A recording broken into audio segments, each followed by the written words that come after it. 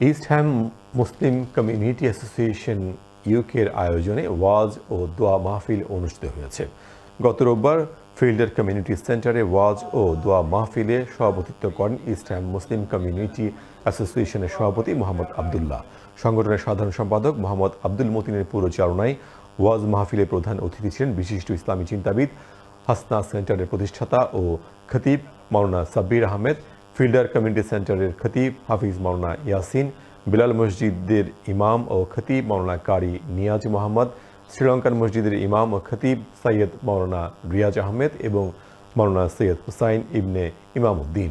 ওয়াজ মাহফিলে ওলামায়ে একরাম কমিটির পক্ষ থেকে একটি মসজিদ নির্মাণের জন্য স্থানীয় কমিউনিটির প্রতি আহ্বান জানলে ব্যাপক সাড়া পাওয়া যায়। অনুষ্ঠানে সংগঠনের বিগত 1 বছরের আয় ব্যয়ের হিসাব প্রদানের পাশাপাশি 22 জন লাইফ মেম্বারকে এবং 13 জন আসহাবে বদরি মেম্বারকে সম্মানসূচক সার্টিফিকেট প্রদান করা হয়।